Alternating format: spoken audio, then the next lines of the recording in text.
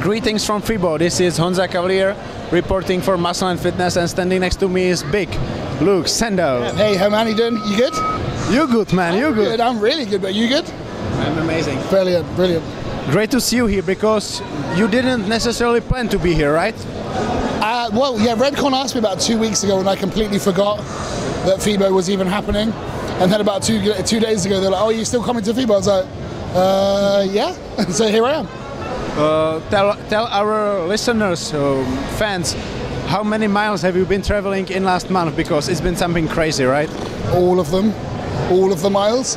Yes, I've been to, over the last month, I've been from the UK to the US to do the Arnold, back home to the UK. I was there for 7 days.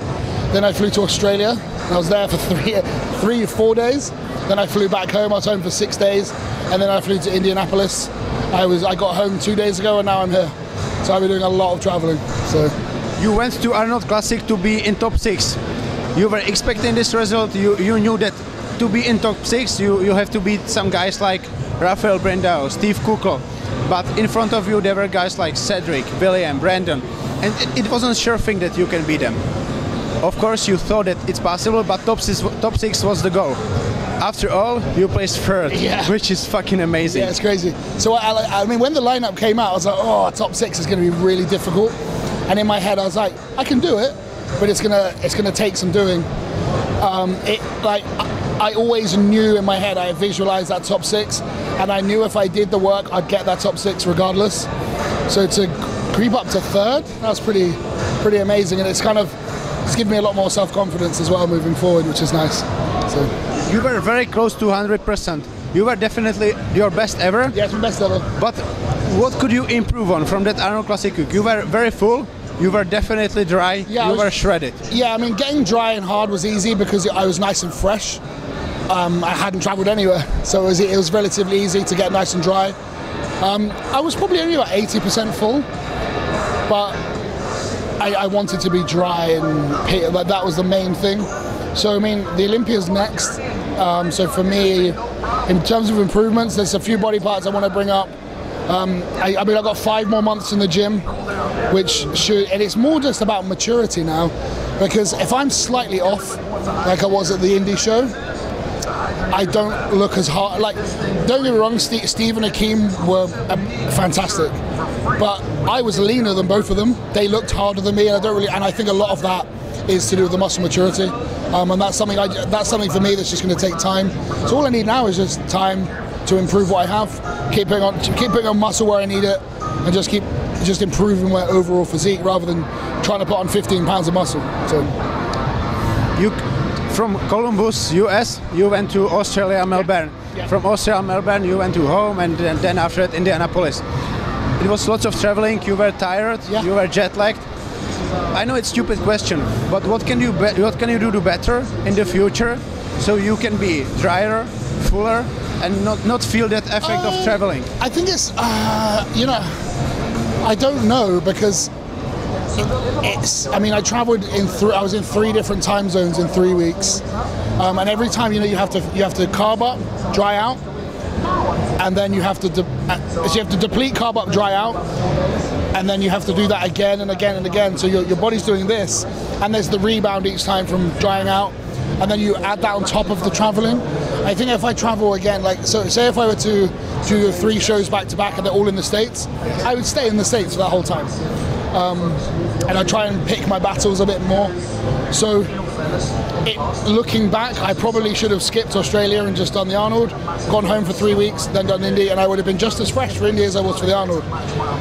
So again, I'm just learning. People say, oh, it should be easy when you're already in shape. It's not, because you're super tired, everything's more effort, it's harder work. And it's not just maintaining condition, you also have to deplete and dry out, fill back out, and you have to keep repeating that process. And as I said, when you put the traveling on top of that, it's just different every time. Your body doesn't want to do the same. So I'm still now not settled into any time zone. So I'm jet lagged, but I don't know from which country I'm jet lagged. So it's I don't know. I think it's just trial and error, and just learning what works and what doesn't. And I've never traveled that much. So it's just all a learning experience. So I'm just and we've learned a lot. So hopefully we can apply that to the next shows. You learned a lot. Chris Aceto learned a lot. Yeah. What's it like to work for him again? And maybe what was the difference in your approach and approach from Chris? I mean, Chris is the best. I mean, he's hands down the best. I think the reason why we work so better this time is because we just have a much better working relationship. I communicate with him much clearer. So in the past, if I felt really like run down and tired, I wouldn't tell him. I would just say, no, I'm fine. But if I'm really am tired, I'll tell him. Because because your coach can only see your pictures and your feedback, and if my feedback isn't 100% accurate, he won't make 100% the best decisions. So I think him and I have just got a much better rapport now. Our working relationship's much stronger. So we're becoming pretty good friends as well. So it's just a very pleasant situation working with Chris. It's great. Working with Chris is way different than working with other coaches, right? Oh yeah, it's probably because Chris doesn't have a clue what he's doing, although he knows exactly what he's doing. So it's and I like the simplicity. I like the fact that if I have a concern, I can bring it to Chris and we'll discuss it. He won't just shut me down and be like, no, this is my plan, because he really doesn't have a plan. He takes every day as it comes, and that's why I think the whole contest prep as a whole was very, I wouldn't say easy, but it was straightforward, because there wasn't any time where I really struggled, because like I said, our communication was great and he's so simple, and this is exactly what I wanted. In 5 months, it's Olympia time. What's your goal? Well, if you look at my last show when I did the California, the one that ended terribly. If you look at that to the Arnold, it's give or take a few weeks. It's around the same time frame. So look what I did with that time. I'm going to do that again for the Olympia.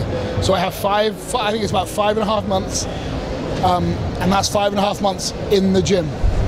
So all the improvements I need to make will come from the gym. So I have now almost half a year to really just lock into my training and do what needs to be done. So I'm pretty excited. I know I can make improvements in that time because I already have. So I'm just excited to get stuck in, even though I can't now because I need to have a rest, but I'm just eager to get back in the gym. So.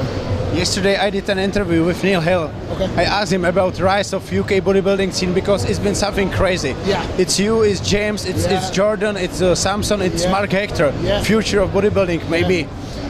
What's it like for you to train in this environment? Because you are pushed by results, you are pushed by performance in the gym that these guys offer. Not only for Instagram, but they do training videos just like you do. Yeah, I mean, it's great. I mean, I get to follow them all. I get to be inspired and motivated by them all. And they're all in the UK, they're in the same country. We're all doing the same things. It's amazing. I think one of the things that we do differently in the UK is we treat our training like a sport. Like, a lot of bodybuilders just work out, and but we don't. That's not how we approach it. We approach, that's the sport. That's where you make your improvements. So we need to make sure we're improving in the gym. We make sure our performance is as good as it fucking possible in the gym, which a lot of people neglect that. And that's a very British mentality. We all took that from Dorian. So that's why I think a lot of British bodybuilders like climbing the ranks so quickly, is because we treat the training as that's the main thing for us. Everything else is like secondary. For some reason, this importance of training disappeared from, especially bodybuilding in the US, right? Yeah, I mean, I feel like that's kind of always the way it's been. You always hear Dorian used to say, he'd go to like Gold's Venice and be like, what the fuck is everyone doing? Because when we train, we're training. We're not working out, we're training. It's a difference. And we put plans together, we have goals, little miniature goals we set throughout the whole year to make sure we're hitting those hurdles properly. And I think that's just something that's missing. But yeah, you're seeing people starting to pay attention to that. And I think that's what's going to help propel British bodybuilding and us from UK like to the next level, is the training. We are doing interview for Muscle&Fitness Czech and Slovak. We have many fans from Czech Republic and Slovakia. Yeah. We have big pro show in Czech Republic, Evels Prague Pro. Jameson was there last year, Samson was there last year. Can we see you this year? It's possible. I don't know what's going to happen. I mean, I'm not going to commit to any show. I'm going to take every show as it comes. Like, I'm going to do the Olympia, see how I feel, and then if I feel up to it, then I'll do it. I'm not gonna say anything about anything, because that was what I just caught. That's what just shot me in the foot. I committed to those 3 shows when I should have only done 2 of them. So I would love to do that show. I mean, I've heard nothing but good things about it. So hopefully, if that's on the cards, I'll definitely do it. One last question. We have common friend, Jay Gibson from UK. Yeah. Men's physique guy who wants to be classic physique guy. Yeah. What would be your advice for Jay? Stop messing around with classic physique. Just eat, train, get big, do open. Stop fucking around with classic. No one cares. Do proper bodybuilding, mate. We know you can. We love you, Jay. Yeah, we do love you, Jay. This is not the Cavalier. Standing next to me is Big Luke SANDOE. We are signing off. Thank you very much. Thank you. Nice to see you here, man. Thank you, man.